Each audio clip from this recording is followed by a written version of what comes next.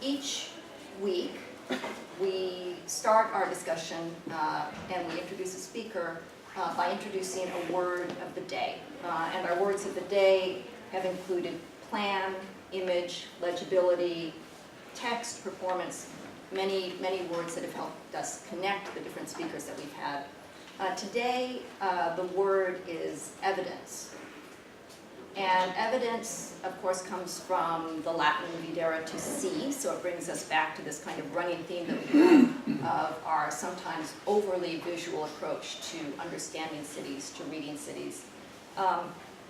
But especially because we have a historian presenting today, I think it's interesting to think about the different kinds of evidence that we use when we are looking at cities in the present, in which we're kind of more aware of taking in cities through our organs of sense, as we saw in Katharina Schroeder's film, in which kind of documentary film, in that case, being touched was as much a part, rather than touching, was a very important way of learning about a city. When we're looking at textual evidence or archives or the kinds of things that historians tend to use, the role of the body is less obvious, though of course we take in that evidence also by means of our bodies. I think Jordan's work is interesting because, of course, he uses archives and texts and government documents and commercial documents and letters and all the things that historians use, but he also is very focused on material culture. So I'll be interested to hear your thoughts on evidence and the role of the visual in evidence and what that means as a historian. I'll introduce just a little bit about Professor Sand. He's professor of Japanese history and culture at Georgetown University. Teaches modern Japanese history and other topics in East Asian history, as well as urban history and the world history of food. He has a doctorate in history from Columbia and an MA in architectural history from the University of Tokyo. His books include House and Home in Modern Japan, and Tokyo Vernacular, Common Spaces, Local Histories, Found Objects. And I would especially like to recommend an upcoming article on how Tokyo invented sushi. Has that been published yet? No, we were just talking about when on earth that book is actually going to appear. You can read it without the images on my website, but it should be out with pretty color photographs sometime soon. It's a really wonderful piece because it's both the social and environmental history of Tokyo Bay. It's culinary as well. But I think bringing together the environmental and the art history and how the productivity of the Bay is represented in art is just, it's a great piece. And Professor Sand has also written extensively on fire in Edo. And are you going to be touching on that today? Yeah, I'll touch on fire. So I'm not going to talk, I'm going to let you explain, but it's just fire in Old Tokyo is just fascinating. So with that, welcome. Thanks very much.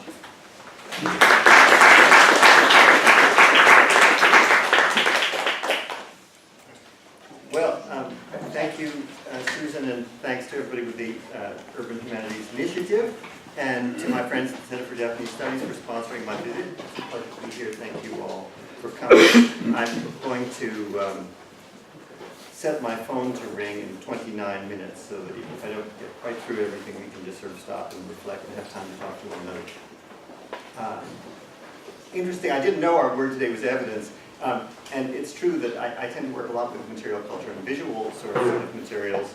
But today, in relative terms, the visual evidence I'm going to show you is much less rich than the one text I'm working with.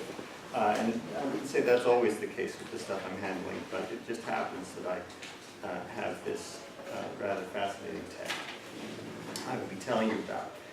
But what I've got is, what I've got is about 50% research on something really very narrow and 50% aspirations for research as yet unachieved of a much grander scale about Tokyo as a megacity. And so I kind of went for broke with the title, but the truth is I'm nowhere close to being able to address this topic satisfactorily, except for one tiny corner of the city. But what has concerned me and is sort of the source of these aspirations for a larger project is that I feel that the recent burgeoning literature on the megacity remains really disconnected from the existing literature of the history of cities.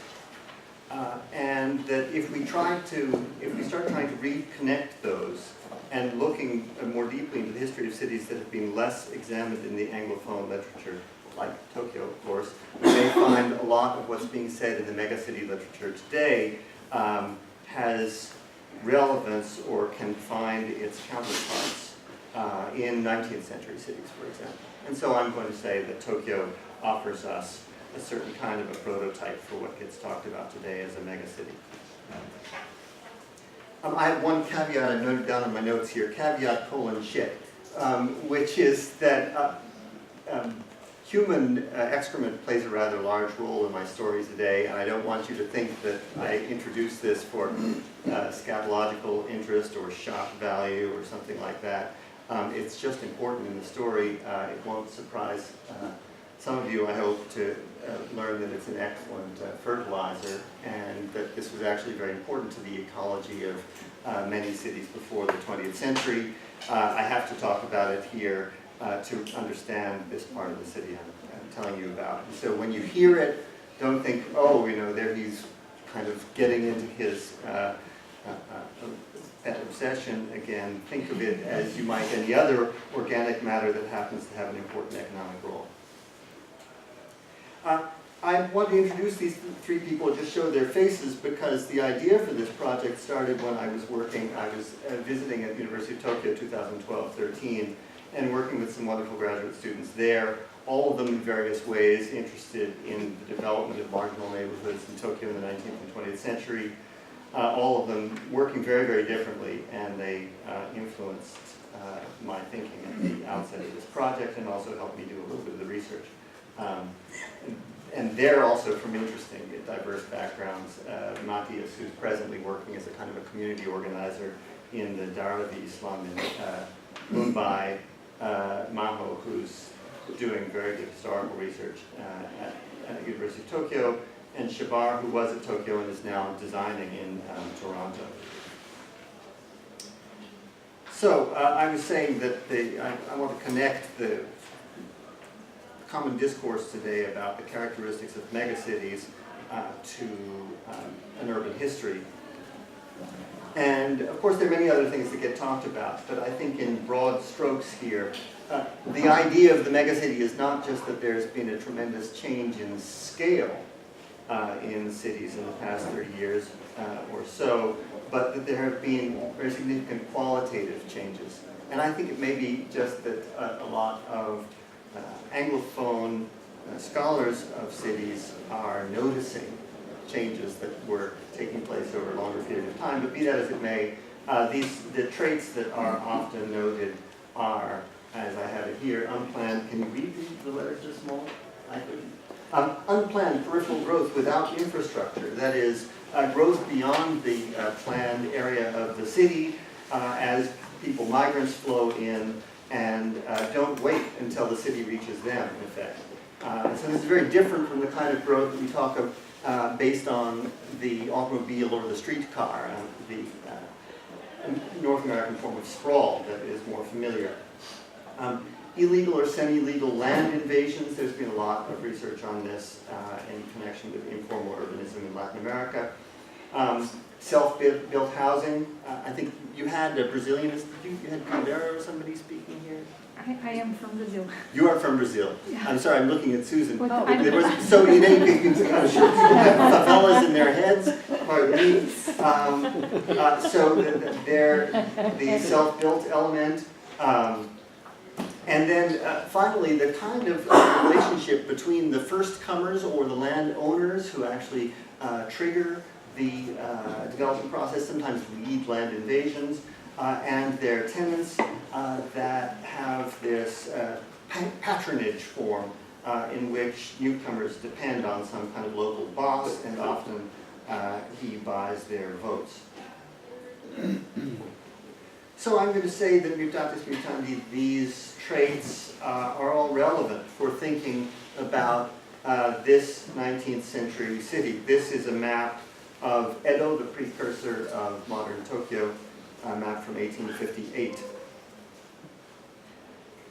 But Edo, before the Meiji Restoration, which founded the modern state in 1868, was a very different kind of city from most modern cities with regard to land. First of all of the land in this city was divided up by status, and formally there were no rights in land. All land, everybody lived there at the grace of the military hegemon called the shogun, right? And there were three status groups that determined this distribution of land in the city. Foremost, the vassals of the shogun, these military houses, their large estates, so there was military land. Then second, there was what we call clerical land, the land apportioned to Buddhist temples and Shinto shrines. And then third, what was left was the land of commoners.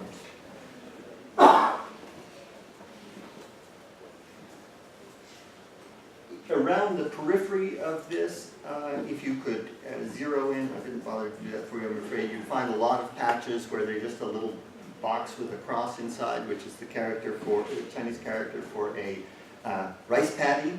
The periphery was heavily rural still, and that belonged to commoners as well. And it's interesting because we don't really have yet a charted history of what I'm just describing as megacity traits in the instance of Edo, that is expansion beyond the planned borders of the city and land invasions. But we know sort of the shadow of that history is present in the fact that over time more and more districts around the periphery get redesignated from rural land to under the jurisdiction of the town magistrate, which means that somehow or other, without sort of ex post facto, the authorities were acknowledging that somebody had built up and populated that area, and so it is now part of the city. So this was happening throughout the 18th and 19th centuries. A close-up of a local map of a portion of the city where you can see here they've actually color-coded the three types of status-based land. The white areas, all of which are labeled with names, and some of them, the larger ones, with a family crest. These are the land of the military houses, and you can see that they make up most of this particular piece of the map. They make up about 70% of the urban area of the city. The red areas indicate clerical land. I guess this is sort of a greenish gray, particularly you see along this yellow front row there. That color designates commoners' land, and because this is already a well-urbanized area, almost all of it follows along the major thoroughfares. The land that would have been occupied by rows and rows of shops, with what I'll show you in a moment, tenements hidden behind them. This was commoners' land.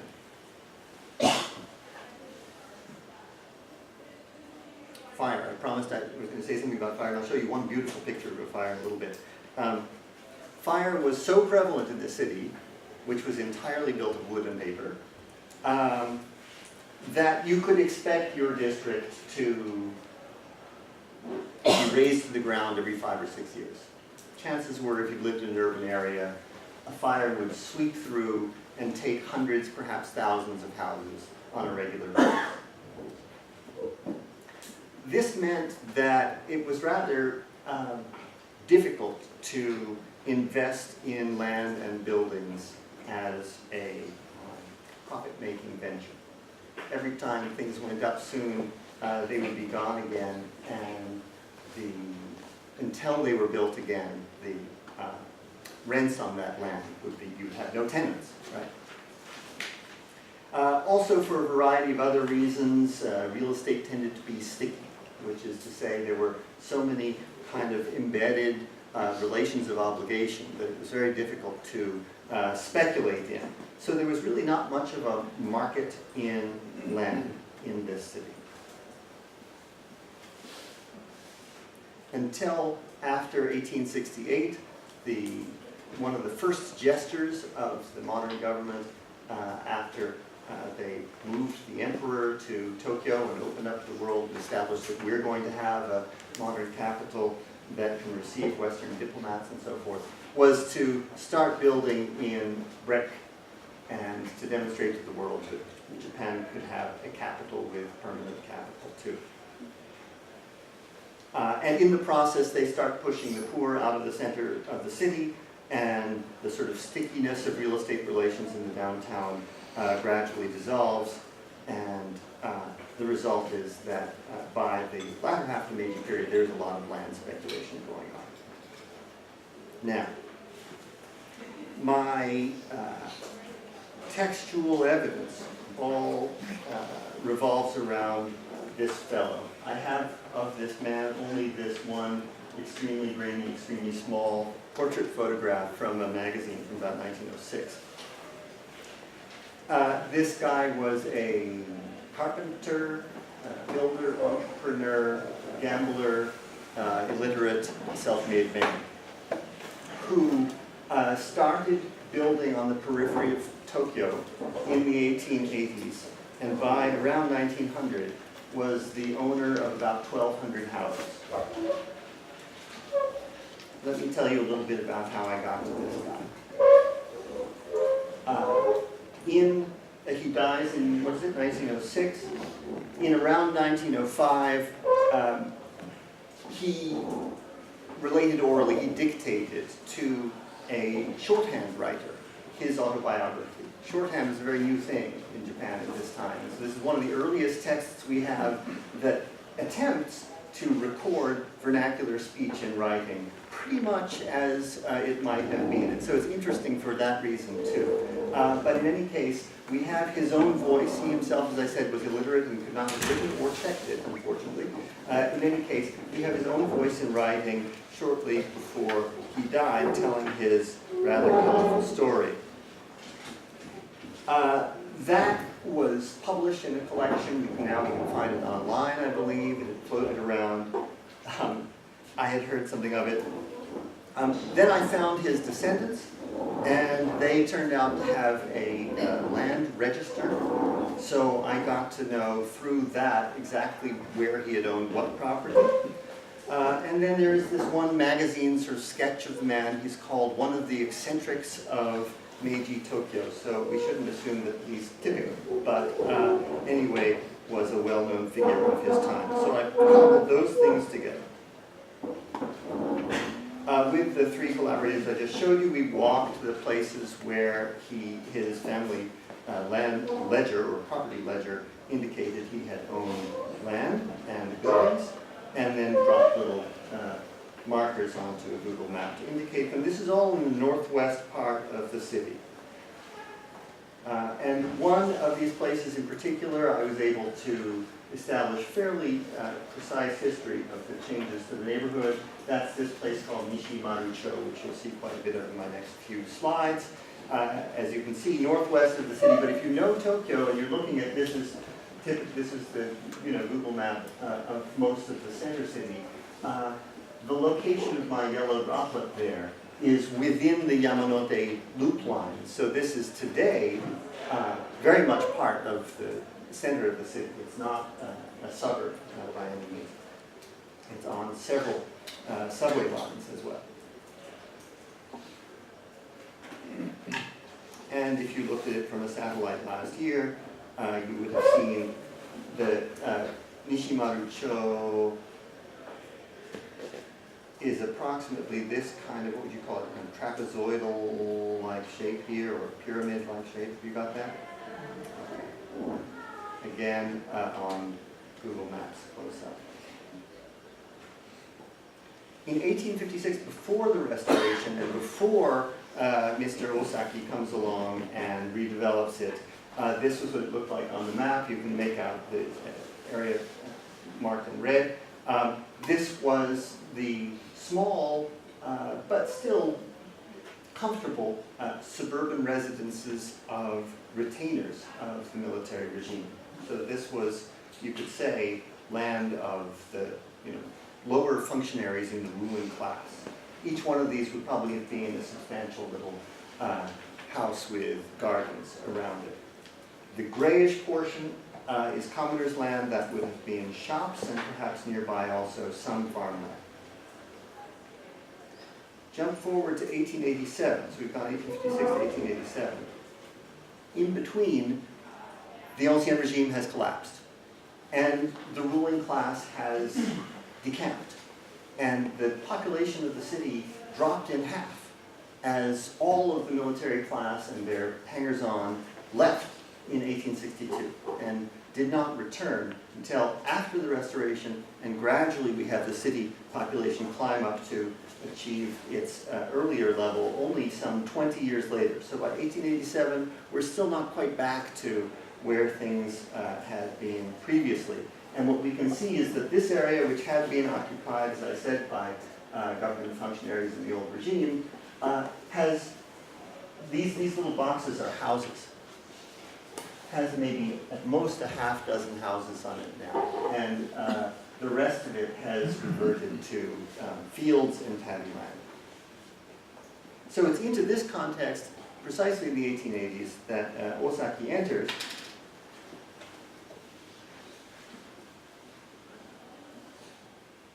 And builds roughly 300 houses beginning in 1891 and completed in 1901. And when he starts around 1901, as I said, there's really little but fields around here, and people, he reports, said, you know, he's crazy. Does he think he's going to rent to raccoons and weasels? That's his own description of what people said. By 1912, his name now appears in property registers, and we can see exactly what portion of this area was in his possession.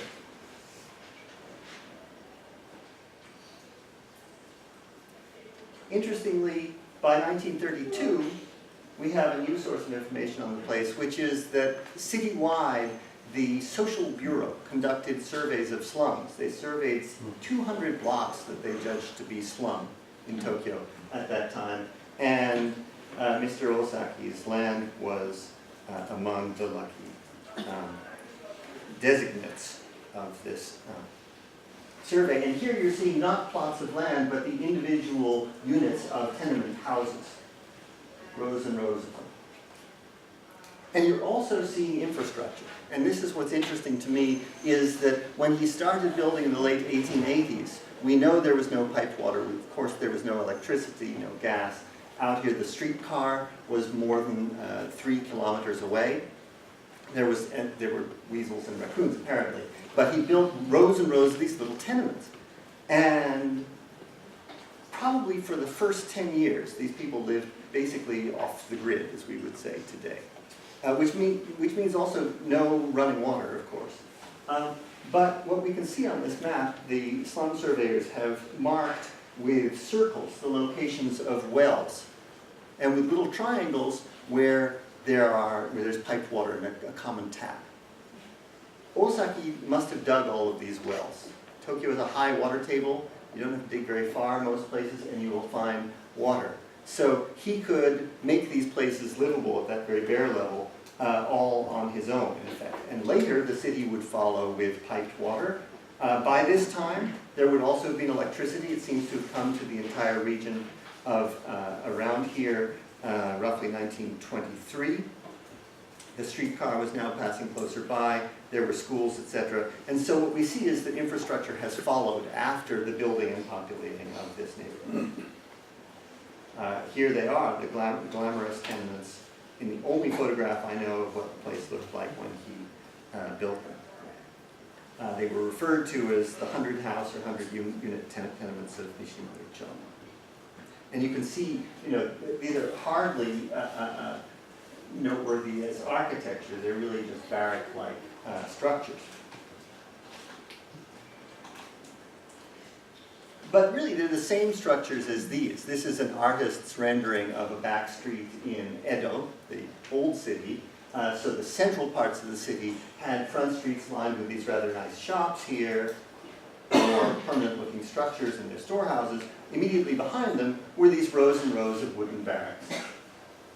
And it's funny how, I mean, thinking about visual evidence, it's funny how these retrospective representations make it, you know, look like a certainly tidy and, in a way, rather inviting environment. This cutaway view makes home in these places look quite cozy, certainly rather different from this photographic representation, although in fact life in this place and in this place we should not assume is fundamentally different. There's no evidence of necessarily a great deterioration in standards between the one and the other.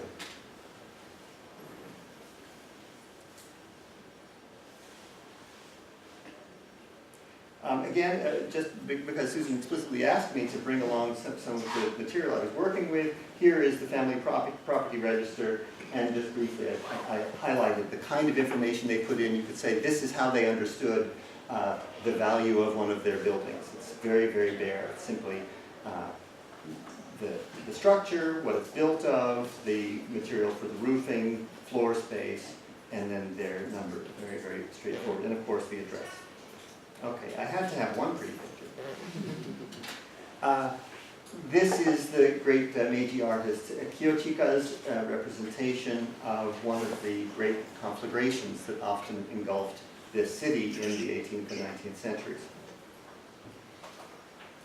In an earlier paper, which Susan kindly put on the website for me, and you might want to look at, I talk more about Edo and fire.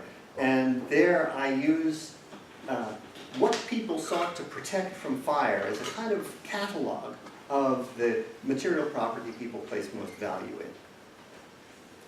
in. And came up with a sort of a list of what you could say is sort of a ranked list of the things people considered valuable property.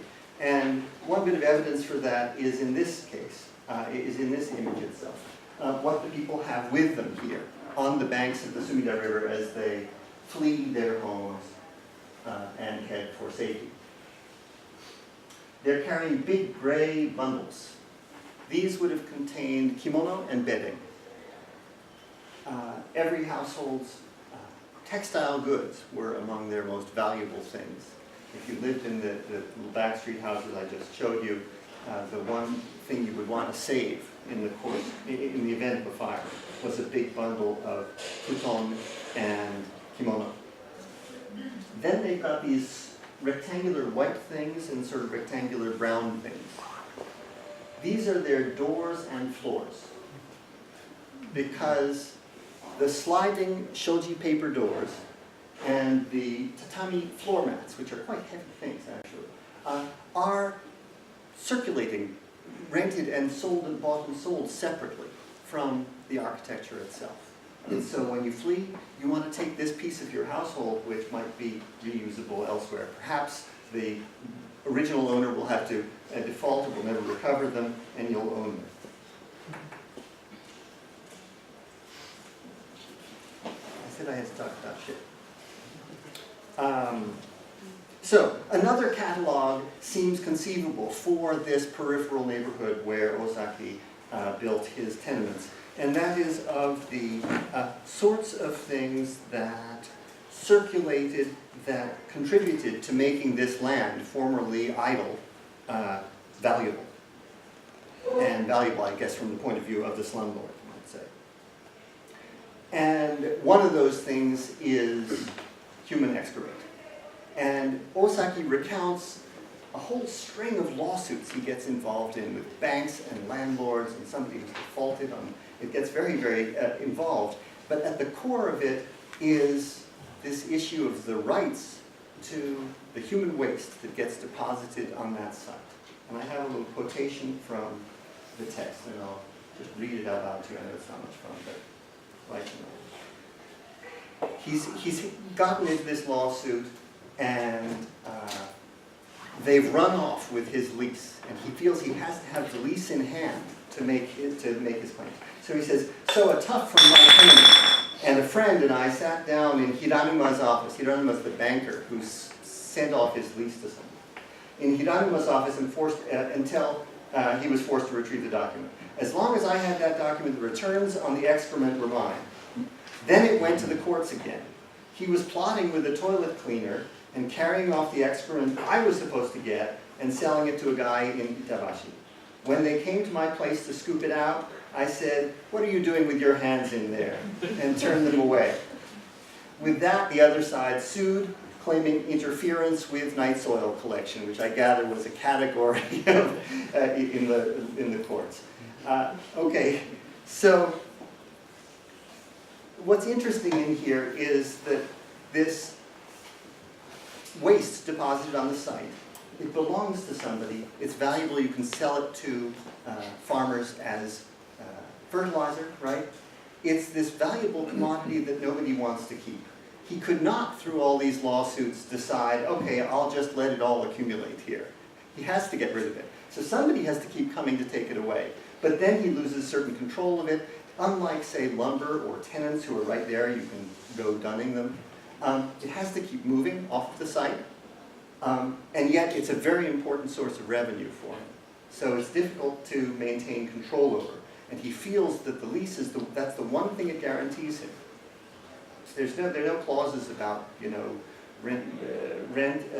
on the rent of the land and so forth. But there is a clause that if this lease has been signed, that stuff belongs to him, the revenues from it. So that's one aspect of this. One more quotation. This is about rights in buildings and the stuff that they are made of, and this refers back to the slide I just showed you a minute ago. He's explaining how he works with his tenants. I make them sign a contract. If I don't have a contract, then when I remove the shutters and doors, it's a criminal offense, even though they're my houses. So I have a contract saying, in these circumstances, I'll take out all your doors, or I'll pull up the floor, and I make them sign to acknowledge that. If this isn't done right, not only is it impossible to run my business, it hurts the tenant.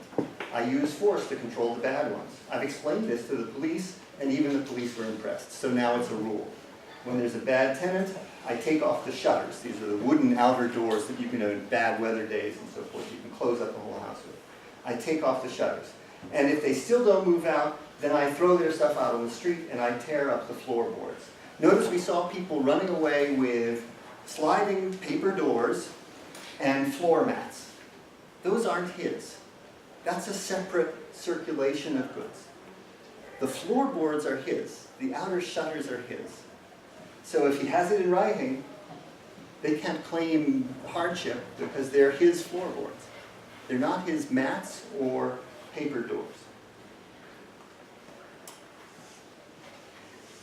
The denouement to the story I just told you about the battle over the human waste is interesting. Eventually they get the better of him in the courts, and he's forced to leave or face certain eviction and the tearing down of all of his tenements within 3 years.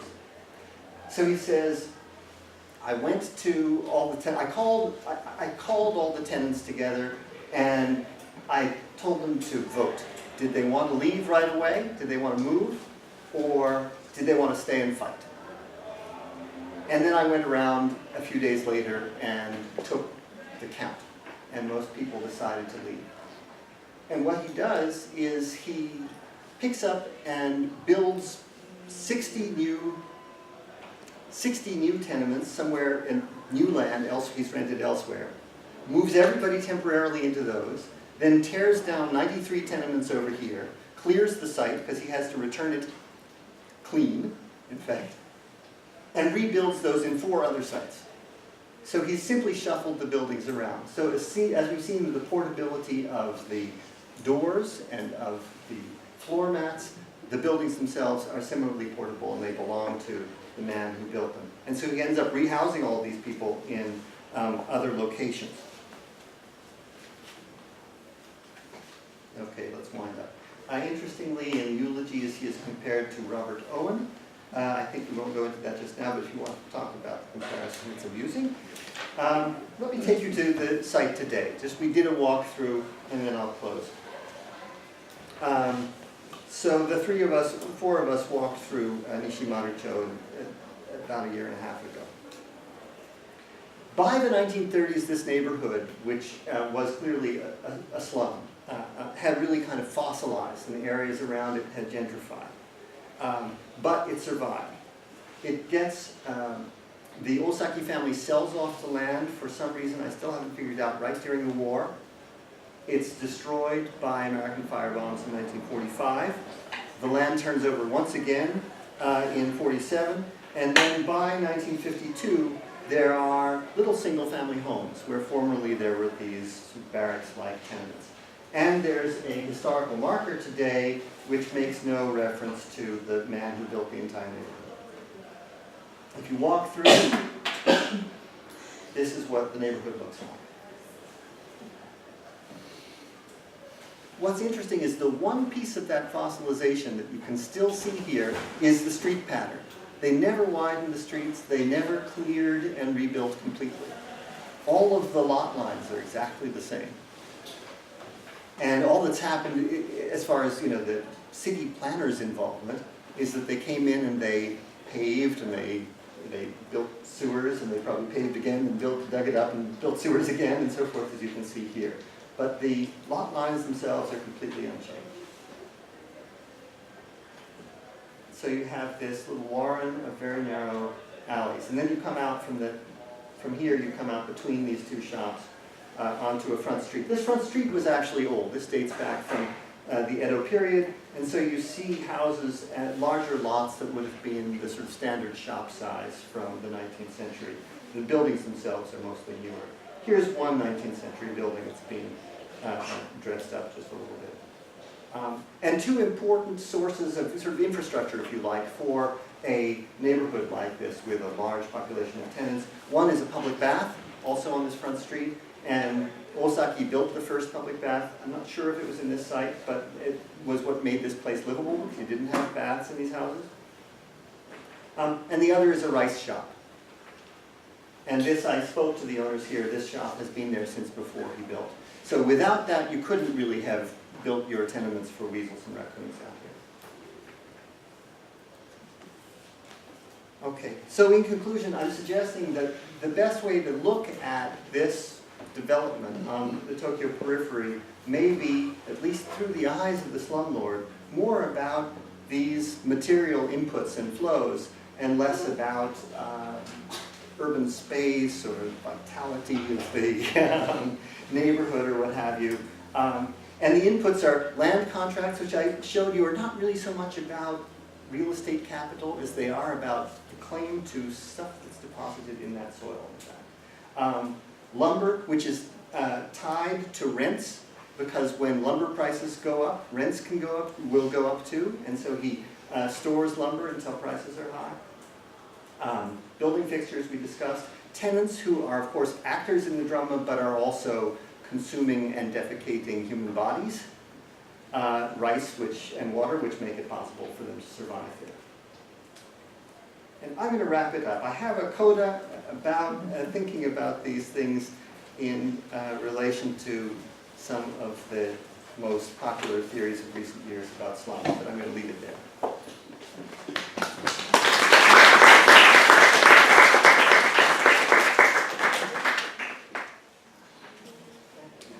Jordan, that was great. Thank you so much.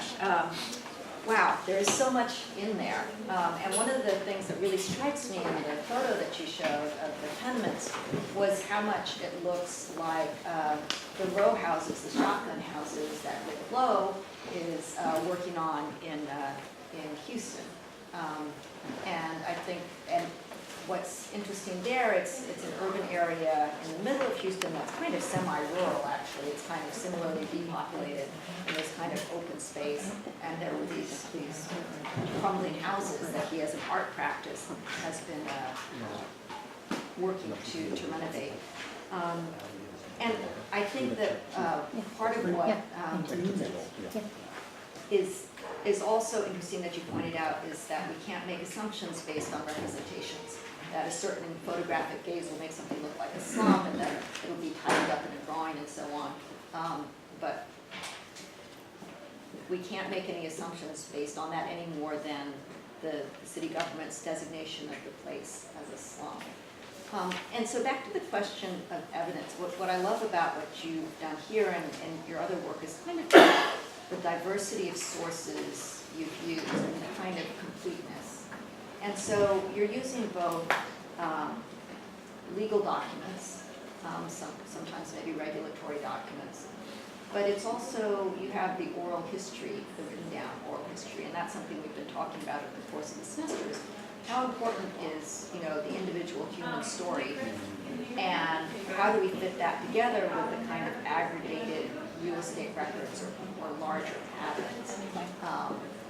And then how do we look at things that move, the flows, the night soil?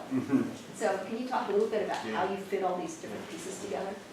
Yeah, well, this autobiography, this narrative of his, is unique in my awareness, at least for the city of Tokyo, in bringing those things together. That is, the individual narrative that's filled with rich sort of storytelling perspective on the lived city, and very concrete details about addresses and how many buildings got built and what they cost and all that kind of stuff that one looks for in usually other sorts of records. It's very interesting that he was illiterate, and I think he had a phenomenal memory, because he's retelling a life. He's 68 or so at the time that he's telling this. He's retelling a life of doing this, and all of these details are there, and they sound, one can never know, but he just remembers the price of everything and how many square feet it was. It's really peculiar for that. And if I had lots of Ozaki Tatsugoros all over the city, then I could do something sort of different with it. But so far, that's what I have of that nature. But I guess my recent thinking on this that led me to some sort of crude formulation like this, thinking of the movement of stuff rather than the space so much, is derived from the way he talks about what he was doing, confirming what I had been finding in my study Meadow Fire, which came through as visual evidence, came through a whole miscellany of material about Edo culture, that it's more useful to think of these material flows rather than of the design of the space in trying to understand it. So Osaki confirmed that. I think we have, in a certain sense, an Edo holdover in this man. That is, he was no longer typical of his era by the 20th century, but he was carrying out practices that builders like him would have commonly engaged in much earlier, and so we get a sort of a glimpse of that. And it was a city in which, as I said, real estate was not something that people invested in, and stuff moved too quickly and got destroyed too quickly for that kind of an urbanism to form. I'm going to ask one more question and then let everybody else jump in. So you mentioned that you were lucky enough to have this one piece of evidence, this dictated story. When historians of the future are looking at our cities today, there's way too much evidence.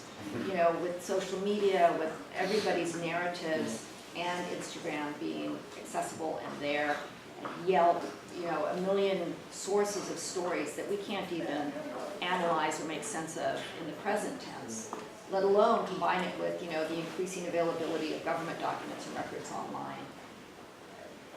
How, you're managing a smaller amount of evidence in the past.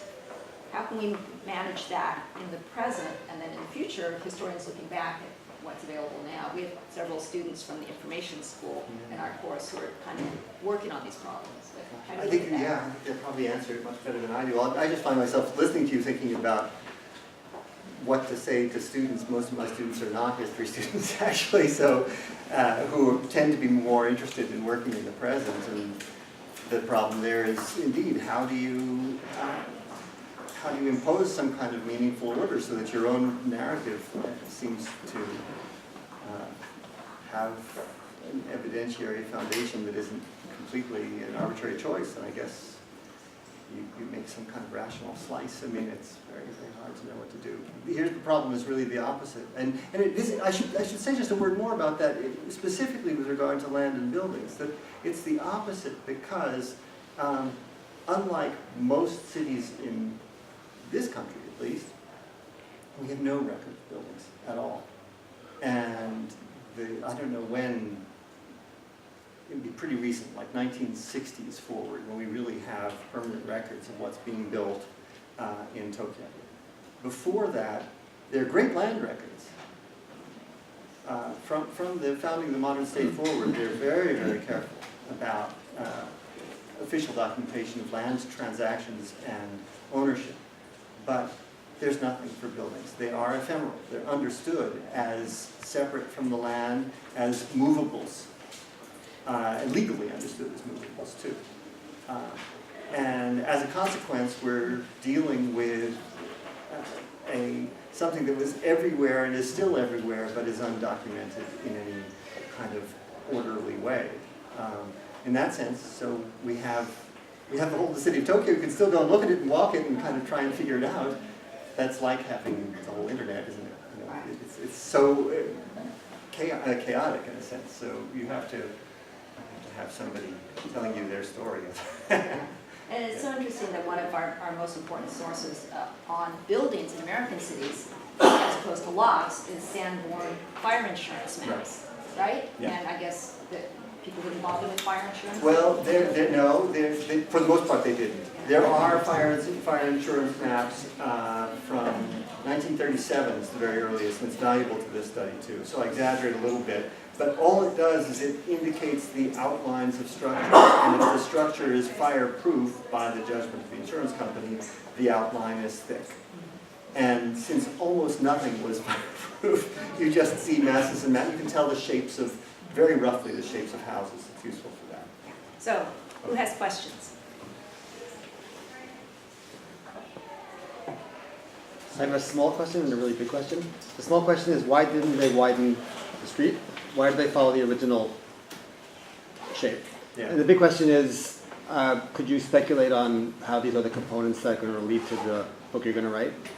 How does all this allow you to argue that, are these the things that allow Tokyo to become quickly a megacity? So I'm asking you to speculate a little bit. Yeah.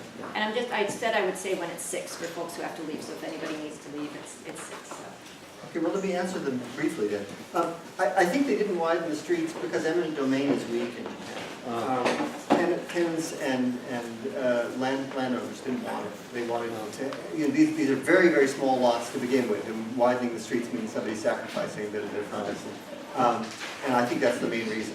And so they have to, in effect, and this is a term from my student, Matthias, they retrofit everything to the existing plan, which is very interesting and impractical in many ways. But it has the side effect today in an automobile-dominated city of making for nice, quiet back streets, which we know is one of the great sort of accidental assets of the city code. The second question is how this relates. So I'm only suggesting that the way people are talking about megacities right now, we need to start doing historically more, and that Tokyo is a great place to start with that. And that there may be lessons because Tokyo has grown in this form for a long time and was already a city of 1 million in 1700, and with a very weak planning. That there may be lessons from that long history that we could be carrying into these cities that have much shorter histories today. I know you said you didn't want to talk about it, but could you just say something about the de-slumming? Oh, no, I do want to talk Is that about another thing that brings it up to the present? Yeah. Thanks. I do want to talk about it, but I'm just totally speculative right now. And I put up Jacobs and DeSoto because I was just sort of thinking about, okay, what have been the paradigms recently? We don't think of Jacobs so much as writing about slums, but she has a chapter in Death and Life called Slums and Unslumming or something like that. And it's interesting how, in keeping with her focus on the aesthetic experience and the kind of bodily experience of the sidewalk ballet, right, of the streetscape, the slum chapter is too, because the cardinal sin of slums in Jacob's reading is that the street space is boring, right? And I'm being a little cynical here because she does wonderful stuff with why people don't stay, but it is still about this, her notion of vitality. Certain neighborhoods have vitality. And that made a lot of sense in her New York of that time, right? it hasn't carried over well into the megacity discourse. And that's why you don't hear lots of people writing about Latin America citing Jane Jacobs a whole lot. It's not that she's now irrelevant, it's just that she hasn't carried into that well, because her concerns were with a very different kind of urban form, which had more stability and a resonance to. So along comes in 2000 Hernando de Soto with his panacea for third world slum dwellers, which is titling. The claim is if you just give them the rights to that little land underneath them, then they'll become petty entrepreneurial capitalists, and they will realize the latent capital value. I don't think either of these works too well for this guy's Tokyo, and that's why it's interesting. On the other hand, they both have hints for us, because by accident, a residential streetscape that Jane Jacobs would have loved emerged here, totally by accident, so her principles are not totally lost here. Titling may have helped in the post-war years, and I need to, this is the part I haven't done yet, I need to try and figure out what happens to slums after 1945. Magically, Tokyo today is a city without slums. Oh, there's some places that are not great living environments. Certainly there's a lot of overcrowding everywhere. But there's none of these places that were clearly kind of, left behind and viewed as problems by the municipality survive as such today. And so figuring that out is the second half of the problem. You mentioned that in 1932 there's a social bureau that was doing a survey of slums. What were they intending to do with that information? Yeah, they were hoping to clear and build public housing. And they managed to do that in a few places. And they built actually some very nice public housing in the late 30s. But they, they slated 200 locations, and they managed to do about 30. Yeah, and then more came too. Yeah. Just your comment actually shocked me. I'm sorry, you're saying that Tokyo does not have slums? Yeah, now, do you know Tokyo? Only because I've been through the edges of it briefly, but never, I just assumed they were somewhere else. Right. Okay, well, so I don't want to, sort of paint too rosy a picture here. Tokyo has plenty of municipal problems. Tokyo has a lot of homeless people, Yeah. right? And Tokyo has, I think, really one area that could still qualify today as a slum. Interestingly, it mostly now is dominated by sort of transient hotels for guest workers from overseas and for backpackers. But what they don't have is, and that was a place where day laborers lived for a very long time. We do still have something of that. But all these places that were in working class neighborhoods where the sanitary conditions were bad and people were and the things that the Social Bureau saw, that the housing was so bare as to be, little more than shacks, almost gone. And it's true, it's the capital of the rich country. But we haven't exactly gotten rid of all of our slums in cities here. And so it's interesting that places that were, at least in the eyes of the municipal authorities, clearly blights on the landscape. If you visit them today, for the most part, they've gentrified. And I think the real question for somebody thinking about the social implications here is one I can't answer yet. To what degree did people gentrify in situ? And to what degree did they get chased out and, live miserable lives somewhere much further out? And I don't know yet. Yeah. And I guess, so following up on that, there's a related question, which is, the income inequality is much less severe in Japan than in the US. So is it that essentially they got rid of the poor people, or that they're scattered? Because it seems like what you're saying is that lower income people are not concentrated. Is it a spatial question, or is it just... I think there's, across the whole 20th century, there's a process of the scattering of the poor from very tight enclaves. And in fact, at one time, right downtown, I think some of these rather, ideally rendered Edo backstreet tenements, some of them were very abject slums. And over the course of the 20th century, these people do get scattered. And we have plenty of poverty in the city through the 1960s. But these places that, where there was a clearly identifiable sort of entrenched slum condition seem to have broken apart over the post-war years mostly. George, I was wondering if you look at sort of literary representations of slums, say around the 1870s, 1880s. There was an outbreak of cholera, so that prompted a lot of newspaper journalists to talk about slums, but importing them from sort of what their perception of London was at the time. Right, so there's an in darkest Tokyo, which is echoing in darkest London, and that's right. And there is a little spate of these slum reportage pieces from journalists of the 80s.